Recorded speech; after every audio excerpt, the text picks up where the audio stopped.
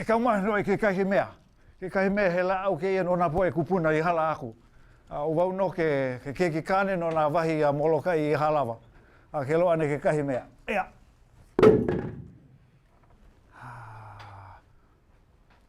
Hui was the way in which we traveled from island to island, ahapua'a to ahapua'a, without a microphone, without any of these modern technologies. You can't trust the microphone as you know today. You can't trust this camera as you learn today. But our ancestors trusted in the sounds of their voice to get their message across. Hooey! This side of the room, I don't feel a sense of welcome. I don't feel a sense of welcome.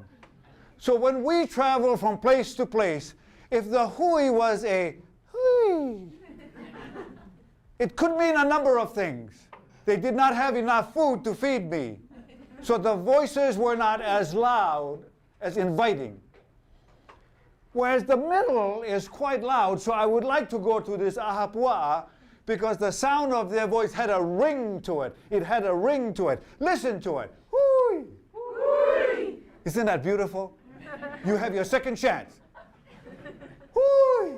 Hooey! Maikai, no, Maikai. I feel welcome, and I will share with you my story, because if it wasn't that welcome, I'd take off my hat and I'd go home. I'd go home. Mamuli ako I kawa kahiko oyo no kawahi I olelo ako. In the days of my grandfather and my great-grandfather, Hawaiian was the only way. Kamehameha died in 1819, and 2 years later, the missionaries arrived. So I, at age 80 today, you can laugh. 8 years after the missionaries arrived, at age 80, at 2 years after, in 1821, when the missionaries arrived, I, at age 80, was able to read and write. Read and write. It's phenomenal. It's phenomenal what the brain of the Hawaiians had. What made it possible for me at age 80 to be able to read and write, to learn a new language, to learn a new language. I'm telling you about this because the topic for today, for today's gathering, is island roots.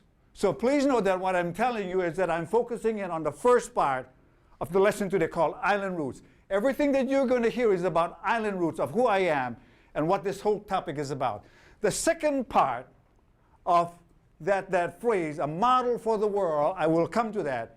And thirdly, my theme is, which is where I will end, a board and stone in every house. So there's three parts to it. Stay with me. I guarantee you will get it. It may be confusing a bit, but stay with me. I have no choice. I have no choice. You must learn the lesson. You must get it. You must get it. Now, someone said this morning about standing in the circle here, standing in the circle. And that when divorce happens, well, you might bang into an ohana somewhere. So you stand in the circle. Well, obau no o kawa'a. I am kawa'a. I don't want to stand in the circle because I come from a place called Molokai. And Molokai in Halawa has 18 winds. No other place in the state has 18 winds like Halawa Molokai. One of those winds is called palikoi. It is the wind that drills itself so hard into the side of the mountain that the rocks fall off. I am that wind. I have no boundaries. I have no boundaries. So I don't want to be in a circle, and that's why I'm not standing in a circle. Because where we're going at with our intellect, if we are guarded by the circle, we won't get there. We won't get there. The world will be a horrible place to live in. We need to step off the island. We need to step outside of the circle. So stay with me. I also moved away from Molokai. I live in a place called Kailua now. And the wind there is called Malanai.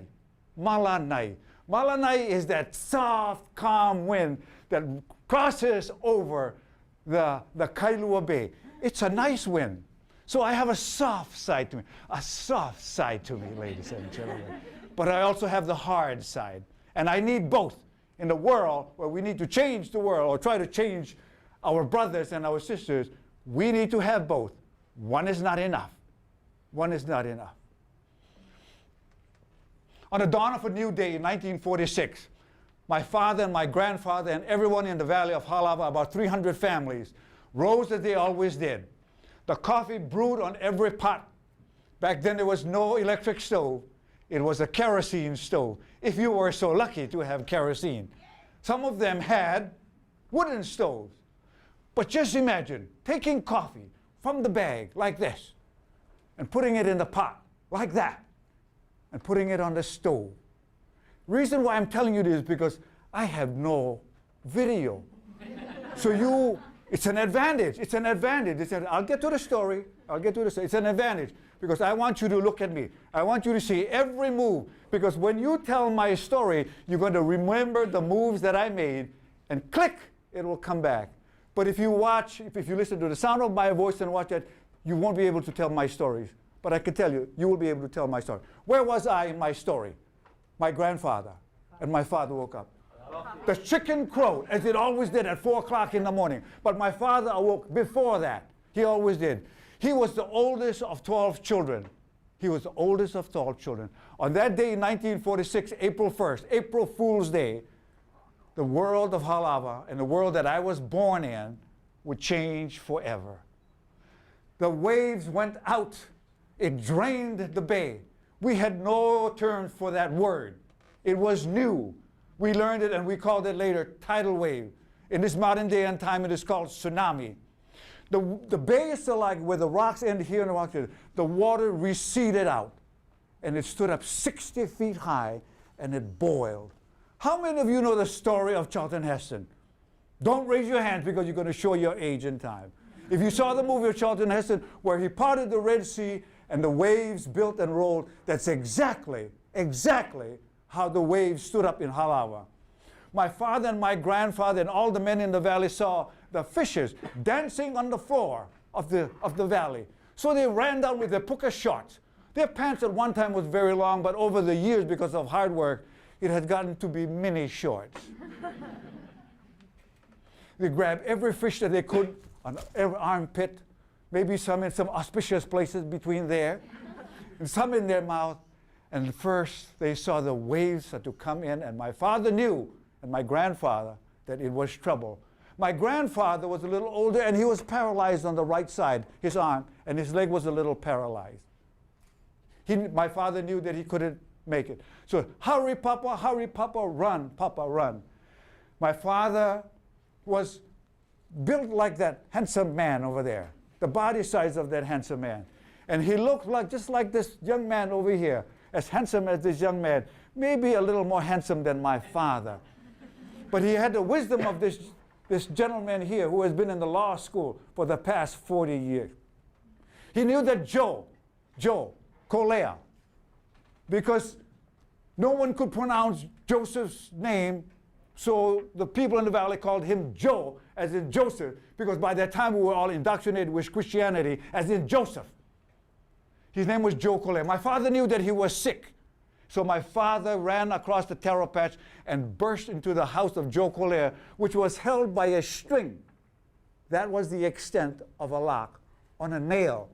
My father burst into the house and they picked Joe Colea up and he ran across the taro patch field to the higher land, away from the ocean. In the meantime, my mother, in a 1943 Chevrolet, said, Mama, Mama, Mama, run to the car, run to the car. As she grabbed me by my diapers and threw me in, pulled my two sisters by the hair and dragged them in. And as she pulled out of the gate, the first wave crashed right in the back of our car. We made it to the very top. My father, who sat across on the heiau across the valley, looked across and he saw the devastation. And he said, my family is no more. My family is no more.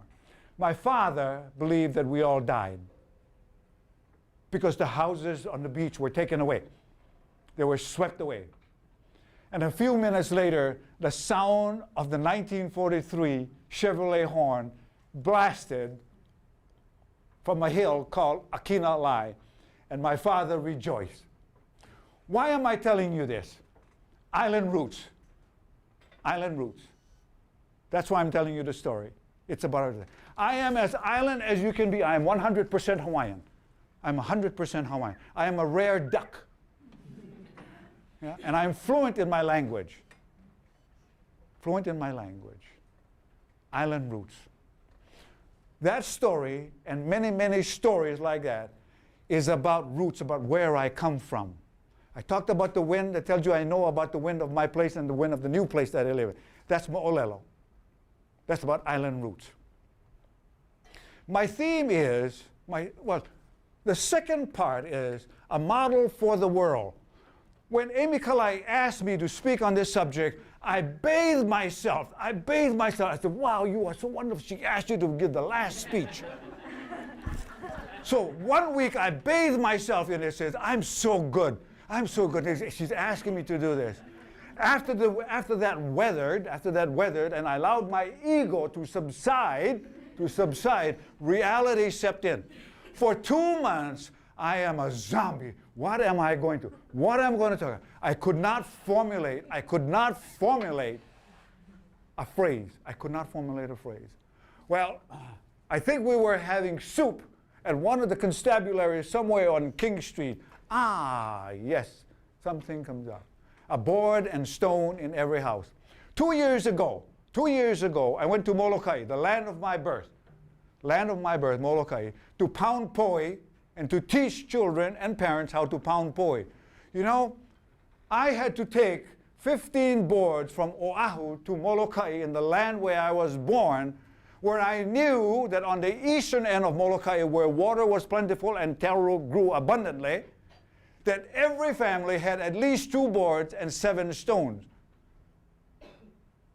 I could find only 2 boards.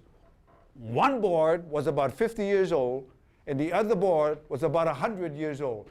The rest were boards that were brand new. You know what that means? Tradition, television has become more important than board. Television has become more important. There are some of our homes that have 4 televisions in a house and not a single board. 4 television and no boards. What's happening to the nation? I'm talking about the Hawaiian nation. We're going down. Board and stone in every house means to replace television. Replace television.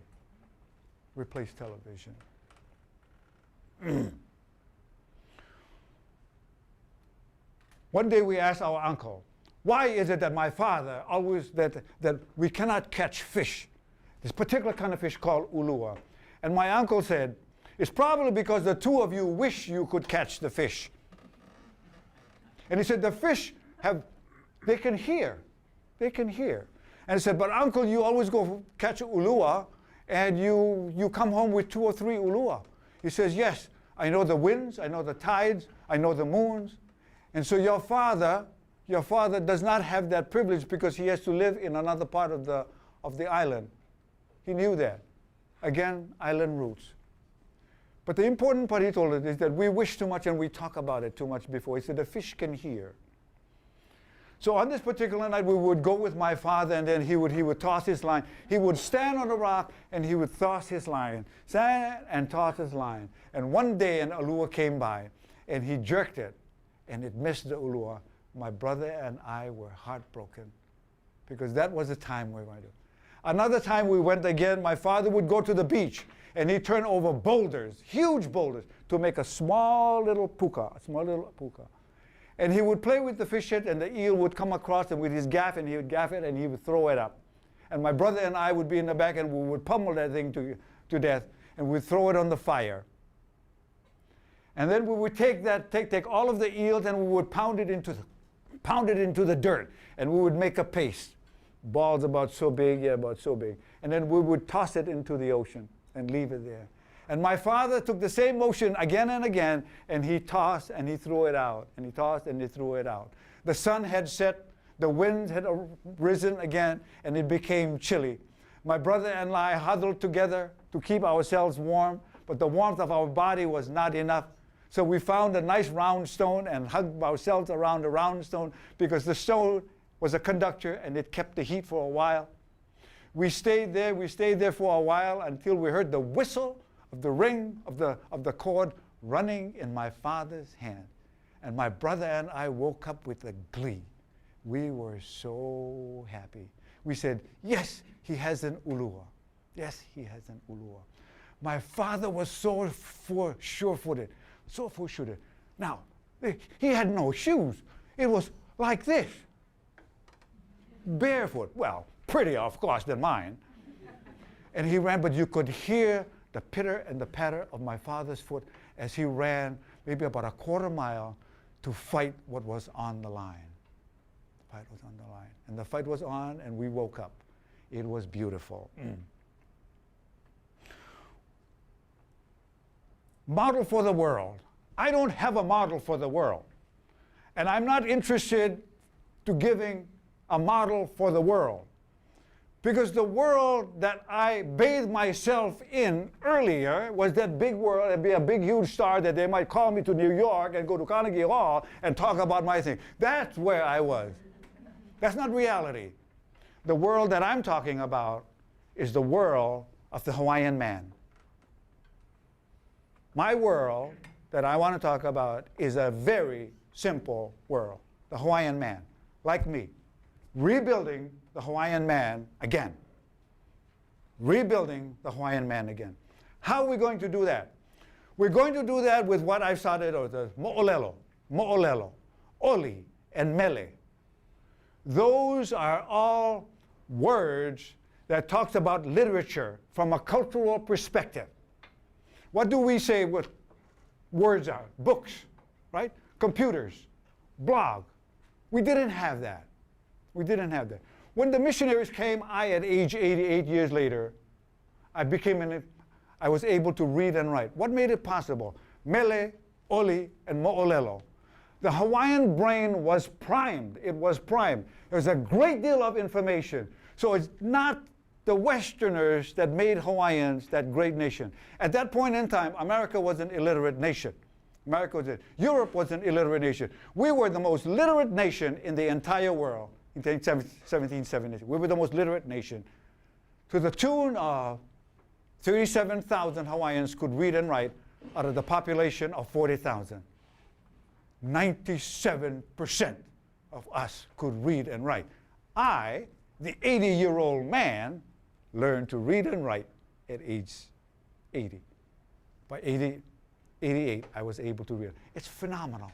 It is absolutely phenomenal. How is that phenomenal? That's what my talk is about. A board and stone in every house. A board and stone in every house. We're going to do that.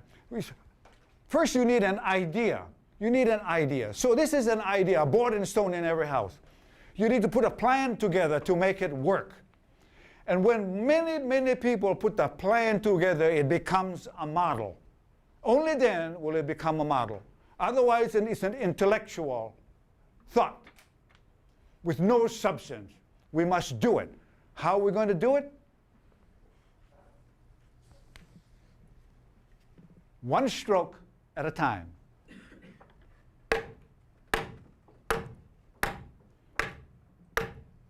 One stroke at a time. One board in every house. How are we going to do it? One stroke at a time.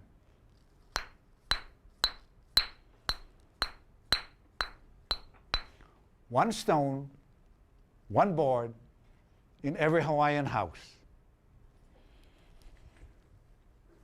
Let me go a little forward. I took off my shirt. Because there was a man that interests me very much, and you all know him. I hope you all do. But if you don't, you probably ate something that he's responsible for. It's called peanut butter. Peanut butter. Who's king of peanut butter? He's a black man. What is his name? George Washington Carver. What is his phrase that he had many phrases, but can anyone remember any of his phrases? Don't answer that question because I'll tell you. Because time is short. I took off my shirt to display, to get to this point about Washington Carver. A university asked him to speak. And the university, those individuals who were in charge, said, will you please tell Mr. Carver to buy a new suit when he comes to speak to us? His reply was, Who knows what his reply was? Every answer is a good answer, but I'll tell you the answer, the correct answer, the answer I want to hear. I will send you the suit, but I won't be in it. I will send you the suit, but I won't be in it. Huh? He had a statement. He had a statement. For a model to take place, you must have a powerful statement. What did Pancho Villa say? Remember Pancho Villa? Everybody say yes. Yes, you are liars. You don't know who Pancho Villa is. Pancho Villa was a revolutionary. The good guys wanted more land and more gold. And Pancho Villa, the bad guy, said, no, you cannot have more land and you cannot have more gold because we need food. So Pancho Villa had a hard time recruiting army because, he did not have money to pay his soldiers. So he went on his, well, he eventually ended up on a horse, but he started on foot, and then he went to a donkey to different communities and said, why don't you gentlemen join me? And one of them said, how much are you going to pay me? And Pancho Villa said, I have no money to pay you, my friend. I have no money to pay you. But I offer you a cause.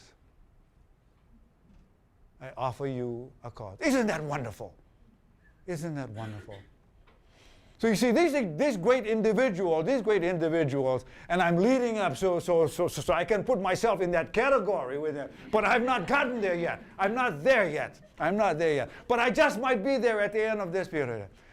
Gandhi. How many of you know about Gandhi? How many of you, that crazy guy that walked all over the country? How did he mobilize the entire world? The world that he lived in. Not the American world, because we were afraid. We don't want to do things like that, where it's civil rights, where it's about people's rights. America doesn't want to do that. So what did he do? What was his driving force? It could have been worm. It could have been about worm. Because worm is a powerful thing. There's a place for worm. And I'll tell you a story about the worm that my brother used when we went fishing, and he couldn't catch anything because I outfoxed him even though he was older. So what did Gandhi say? What was Gandhi's driving force that generated him, that gave him the ability to move millions of people? Simple. One word.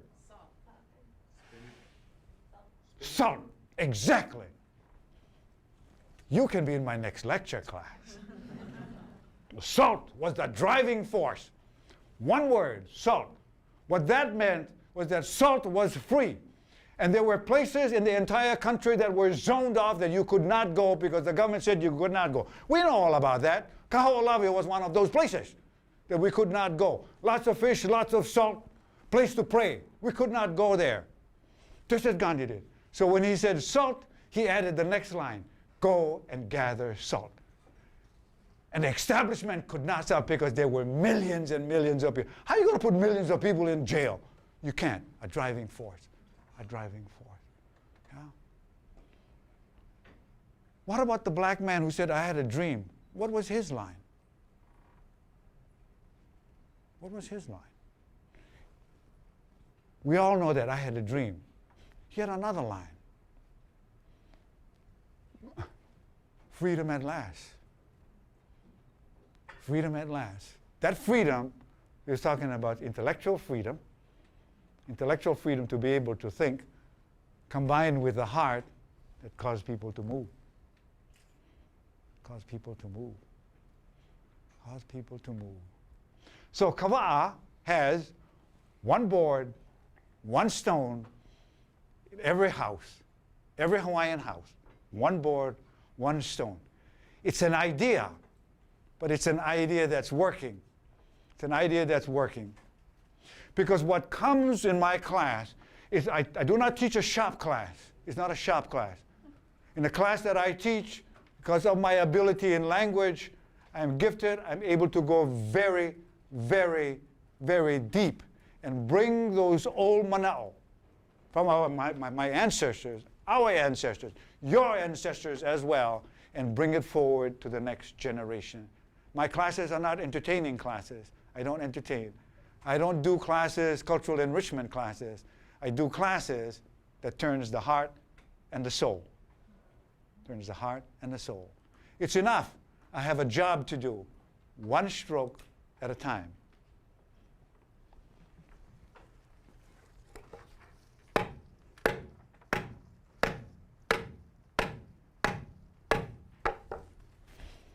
Can I have the water?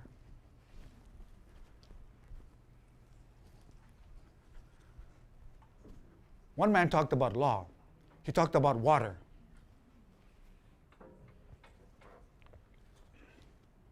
Water. Another individual talked about an international conference that's coming to Hawaii. International conference that's coming to Hawaii to talk about making money. Making money. They're coming to Hawaii to talk about making money. How much money does one need? How much money does one need? Is there ever enough money for any of you? No. The answer is no. No matter how much money you have, it's not enough. But how many of you can drink? Do you know when you had enough water? How many of you can drink a gallon of water again and again? There is a point in time when you drink water that you have enough. You know that you have enough. You cannot drink anymore. Money, you can never have enough. You can never have enough. So, we build our nation, the Hawaiian nation that I'm talking about. One board, one stone, a stroke at a time. Aloha. Oh.